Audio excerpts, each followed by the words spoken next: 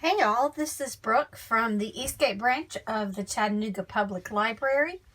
Since we're not getting to meet together for So What Kids, I thought I'd do a couple of videos to show you some of the things we've done in the past and some new ideas for you to follow along.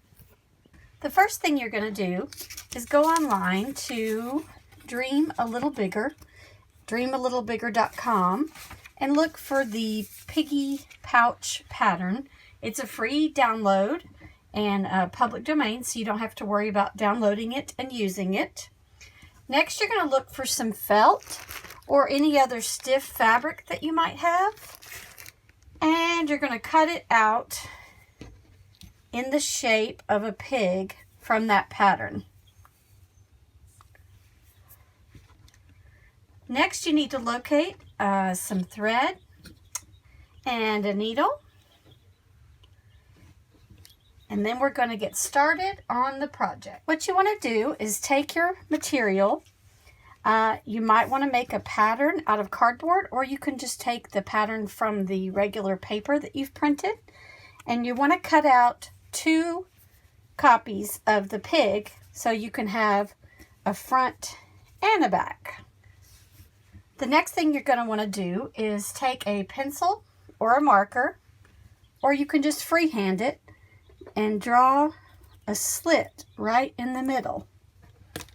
You're going to then fold your pig, just the top part of the pig, not the bottom, and you're going to cut a slit. And that is going to be where your money goes in when you finish sewing it together. See, from the pig I already made that I've got a little slot here so that we can put our coins in.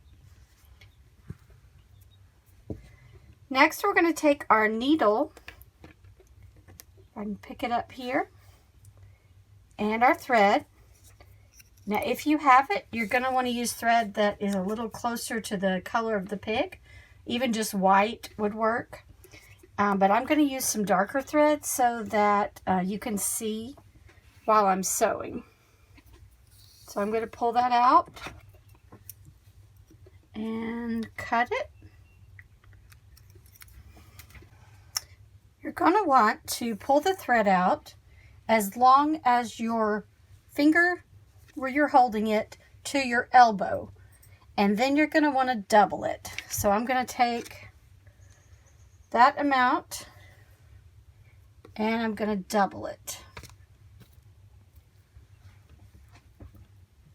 Then I'm going to take my needle and thread my needle with the thread. You may need a little help on this part. Then we'll get ready to learn how to do some stitches.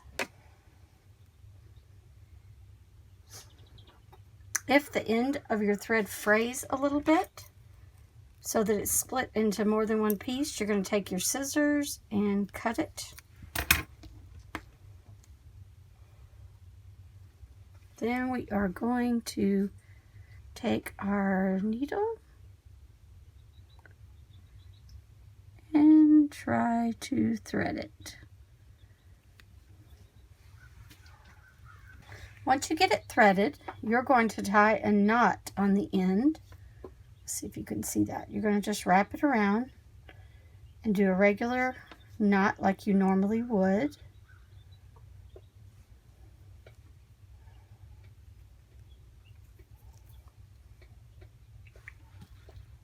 Then you're going to take the end after you've threaded it through and folded it, and you're going to make a knot on the end just like you normally would make a knot. And then you are ready to sew. There are 2 types of stitches that you can do to go around the edges of your pig. The first one is just a simple running stitch. You'll go into the fabric and you'll see you'll be on the other side there. Then you will come up and pull it all the way through. Go down and pull it all the way through. And keep going like that all the way around your pig. You're going to need to keep your stitches fairly close together because if you don't, then your pig's money's going to fall out. Now, did you see how I got it tangled there?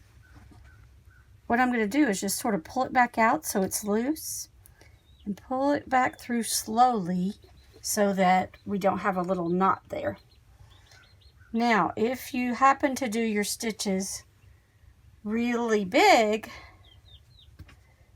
then that's not going to hold the coins that you want to keep in your pig. And that would look like this. You would take it and go all the way over here, and that is too big of a stitch. See how it pulls? And it's also going to leave a big gap so that your money can fall out if you do a bunch of stitches like that. Now, the next kind of stitch that you may find easier, depending on how you like to do things, is called the whip stitch. In that case, you'll come up from the bottom just like you normally would, but instead of going back down, you're going to just go around the edge. See how it makes a little edge stitch that goes, this one goes that way, the other one goes toward the middle of the pig.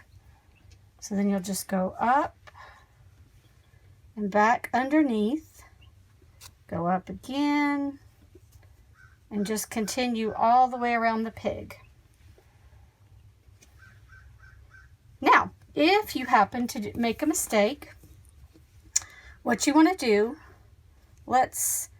is go ahead and cut the thread,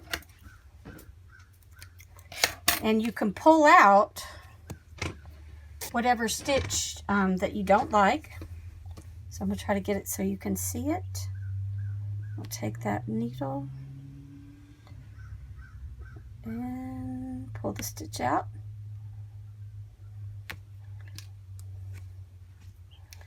And then you can just tie a little knot right there and start over. See what I'm doing? Making that little knot go through. Then you can tie it. Okay, so then you can just start over with the next stitch, and when you're finished you can clip the loose threads. When you get to your last few stitches on your pig, you want to make sure you leave enough thread to tie a knot, and which you can do the way that we just did with the messed up stitch. Or another way you can do it is you can sew over that same area multiple times, and that should secure your last stitch so it doesn't come out. And you'll want to do that several times so that the stitch is firm and the pig doesn't start pulling apart. When you're finished, your pig should look something like this. You can see the stitches all the way around, and then right here is where I did the back stitch so that my last stitch wouldn't come out. Of course, you can also do it the way where you whip the thread around, and then you have a happy pig that you can put your coins in to save or to spend. Let's see if my quarter fits in there. It sure does. There's my quarter, and there's your felt piggy pouch. Thanks for joining us.